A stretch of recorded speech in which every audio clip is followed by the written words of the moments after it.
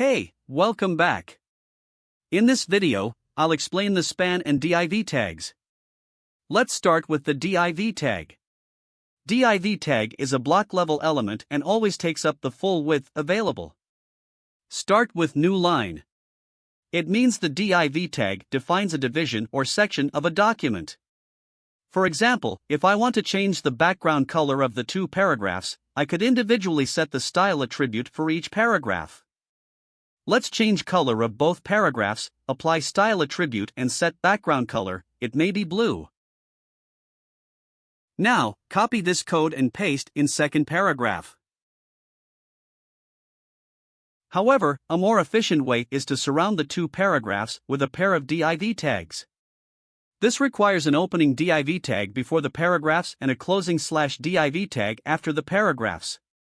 The style attribute can be applied to the opening div tag, and it will affect anything enclosed between the div tags. That's the basic idea behind the div tag. It allows you to define a division or section of a document. Now let's move on to the span. The span tag is used to add markup or effects to specific text or portions of a document. Span tag is an inline element, only takes up as much width as necessary. Does not start with new line. Anything that is enclosed between a pair of span tags can be targeted for styling or other effects. Suppose I want to make a specific sentence appear in white.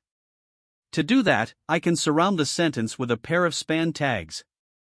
This requires an opening span tag before the sentence and a closing /span tag after the sentence. Inside the span tag, I can modify the attributes of the enclosed text. In this case, I want to change the style, so I'll set the color attribute to white.